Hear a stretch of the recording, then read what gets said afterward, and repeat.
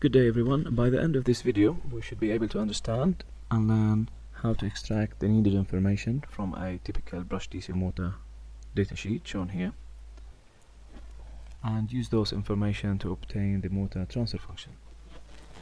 In the next video we will discretize the system including the motor continuous transfer function and apply the discrete PID controller to meet the user requirements in MATLAB. What we have here on the left hand side is a list of some of the main specifications for a 6-volt DC motor.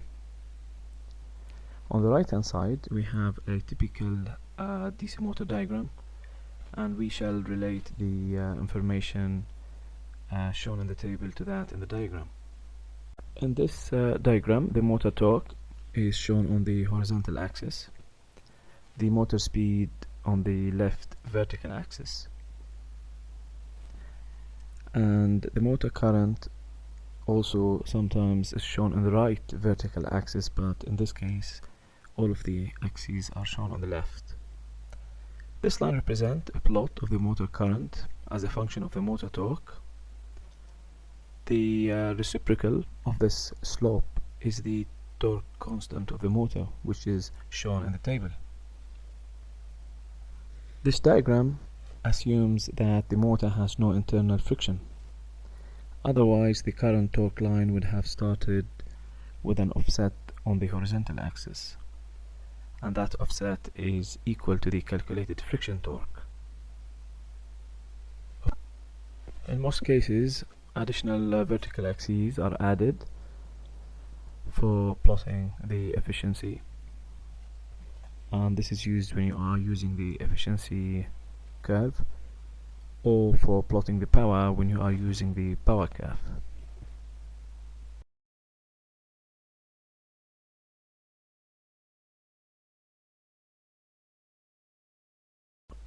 If this diagram is not given in the datasheet, it's very useful to construct this diagram through some of the given.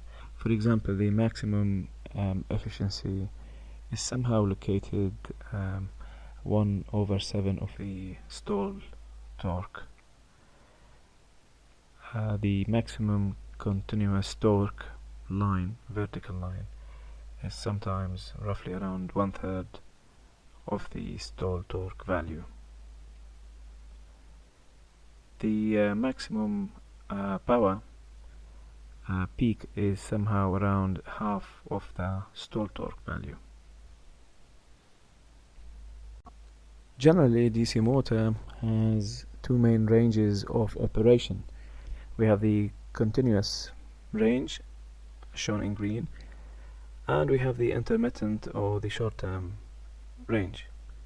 The third range is a no-go zone.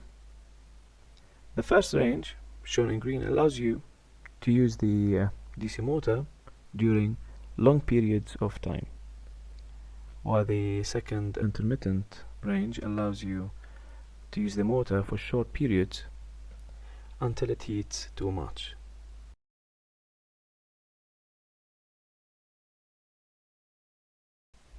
Mapping the figures on the table to the diagram, the first line is the assigned power rating. This figure represents the maximum power output when operating within the recommended output power range, i.e. the one shown in green. This is dependent on the motor type. The second line is the nominal voltage. All nominal values here refer to operation at this voltage. It was chosen such that the motor will not exceed the maximum recommended speed under the no-load condition, which is shown in line 3. So line 3 is the no-load speed, and the unit is round per minute. This is the speed at which the motor turns at nominal voltage and without load. For practical purposes, this speed is proportional to the voltage applied. Line 4 is the stall torque, and its unit is the millinewton meter. This is the torque produced by the motor in a standstill condition. This is also called the starting torque. Remember, this value is obtained at room temperature. As the temperature increases, the stall torque decreases. Line 5 is the speed torque gradient. This slope says a lot about the power capability of a motor. The flatter or the more horizontal the slope is, the less speed variation is experienced during different loads. Remember that this gradient is also calculated at room temperature around 25 degrees Celsius. The speed torque gradient is the slope of the line connecting the no-load speed point and the stall torque point.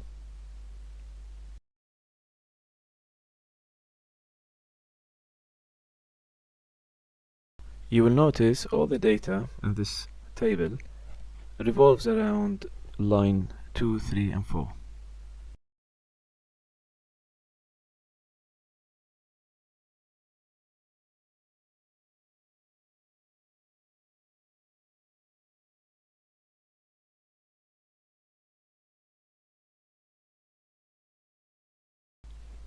Now line 6 is the no-load current.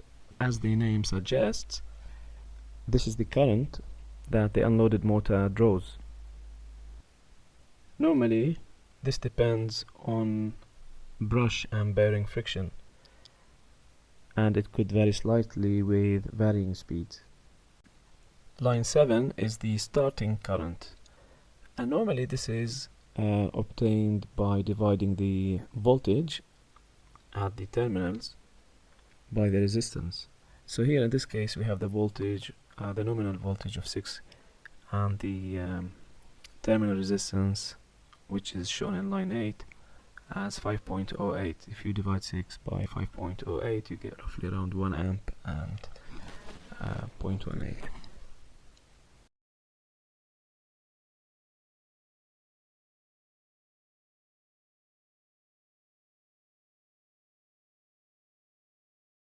Line 8 is the terminal resistance.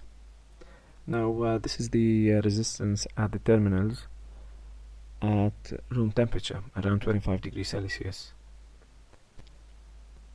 This obviously determines the starting current at a given voltage. Line 9 is the maximum permissible speed. Now normally this is the speed that should not be exceeded during normal operation. Exceeding this speed could lead to a premature motor failure. Line 10 is the maximum continuous current. This means if you operate the motor continuously at this current level in a 25 degrees Celsius ambient temperature, this will cause the winding of the DC motor to ultimately reach the specified maximum temperature. Depending obviously on your design, this value can be increased substantially.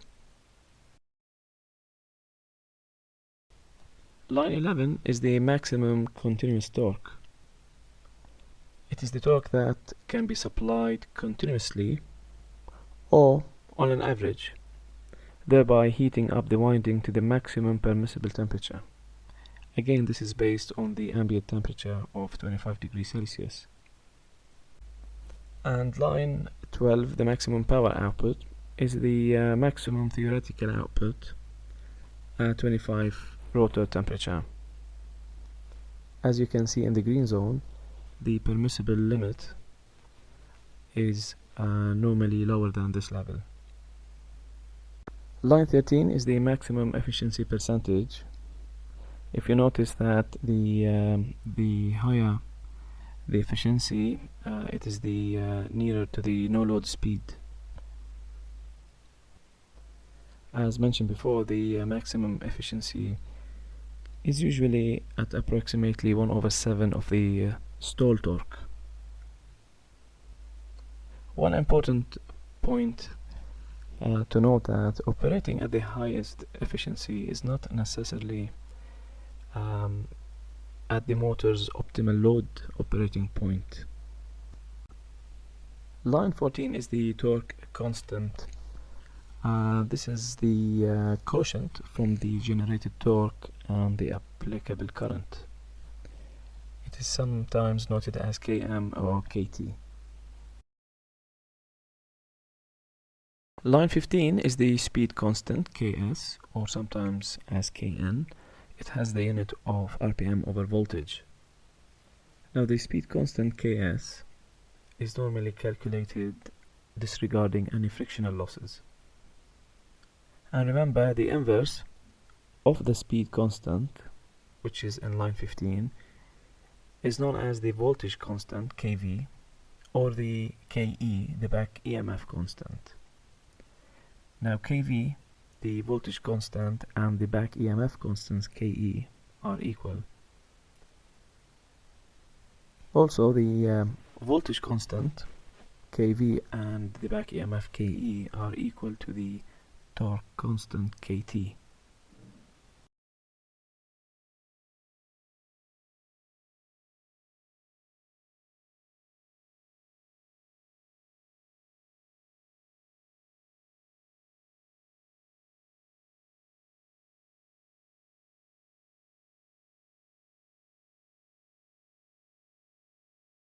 Simple proof for this can be shown as follows. If we equate the electrical power N to the motor with the mechanical output power, then we can get the following relation. Now the voltage supplied to the motor equals to the current times the resistance, the winding resistance, plus the back EMF voltage. The back EMF voltage is equal to the back EMF constant multiplied by the angular speed of the motor, omega. From the basic dynamics knowledge, the mechanical power output can be represented as the torque multiplied by the angular speed, omega. Torque can be also expressed as the torque constant multiplied by the current.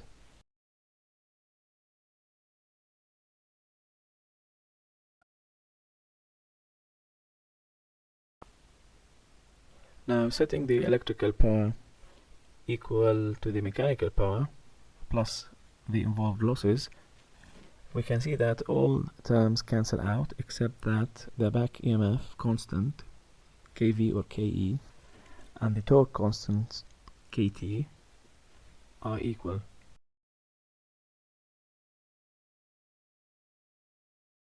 Let us show that Kv or Ke is equal to the torque constant Kt from the datasheet.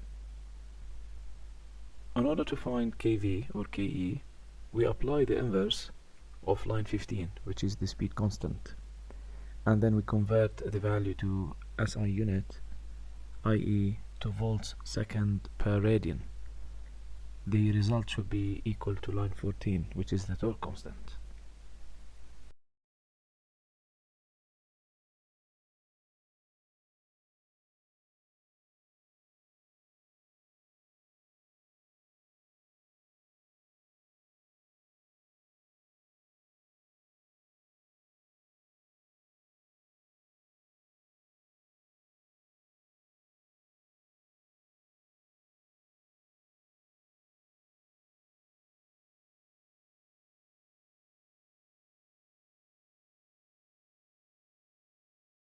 Line 16 is the mechanical time constant, tau m, in milliseconds.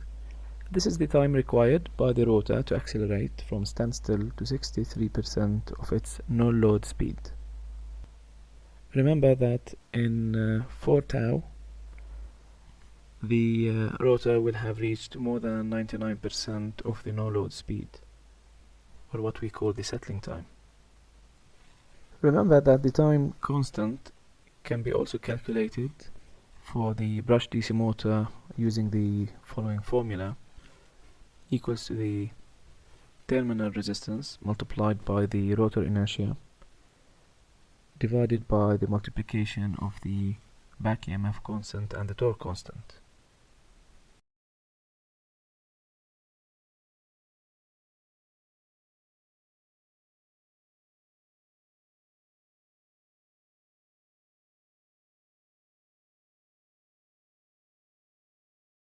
Line 17 is the rotor inertia, or the moment of inertia given in grams centimeter squared. This is the polar mass moment of inertia of the rotor. It is the designer job to include the gearbox inertia or any involved sprockets, chains, drive shafts, drive wheels, the inertia of the load. These all have to be included and reflected at the motor shaft. Perhaps this could be a subject for a future video.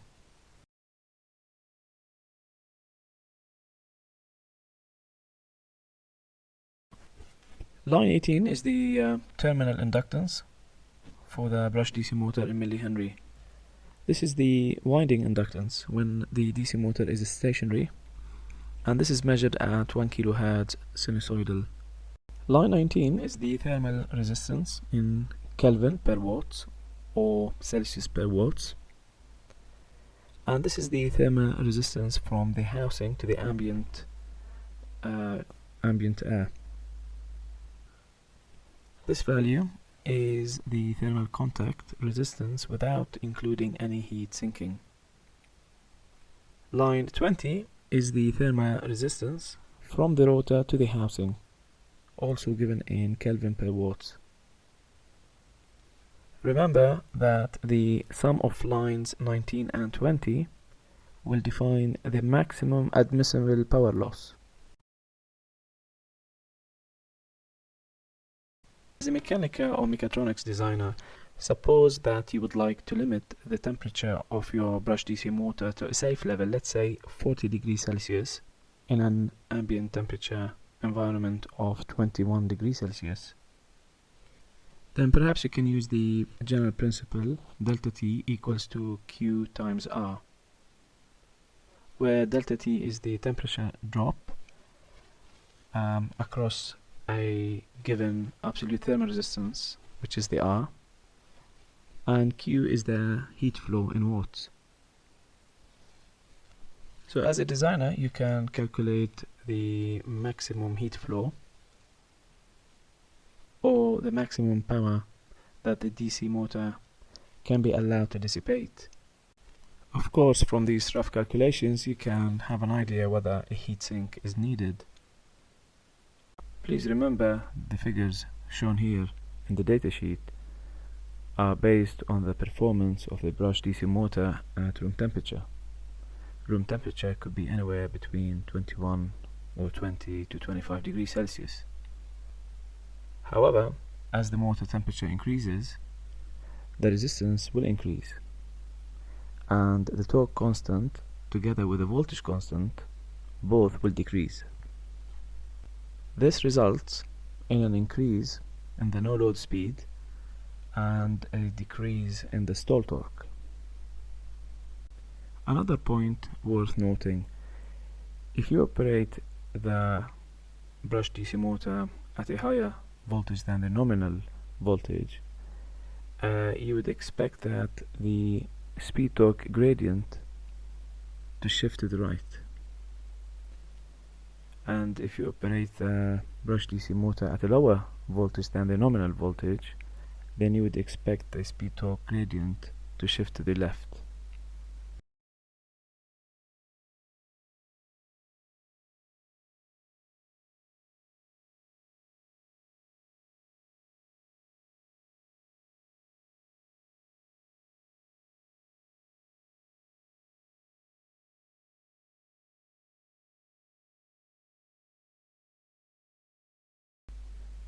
As far as our brush DC motor PID speed controller is concerned, we can now be confident to obtain and substitute the relevant data into our brush DC motor transfer function that we have obtained in the previous videos. In this transfer function, the small letter b refers to the viscous friction. It has the unit of Newton meter per radian per second, or Newton meter second per radian. This can be calculated experimentally if it's not given in the datasheet. Generally, there are 4 types of friction involved in DC motors. You have the static friction, you have the column friction, you have the viscous friction and the stribic friction. Static friction normally has to do with surfaces sticking together. For example, the initial torque required to overcome the static friction is sometimes called the breakaway torque. Column friction, on the other hand, depends on the direction of motion, and it is in the opposite direction to the velocity. The viscous friction depends on the velocity value. So the viscous friction increases as the velocity increases. However, the stribic friction normally has to do with the fluid lubrication used. Normally, at low velocity, the friction will decrease and the friction will increase as the velocity increases. In the next video, we will discuss one of the approaches used to design a discrete PID controller for controlling the speed of a brush DC motor.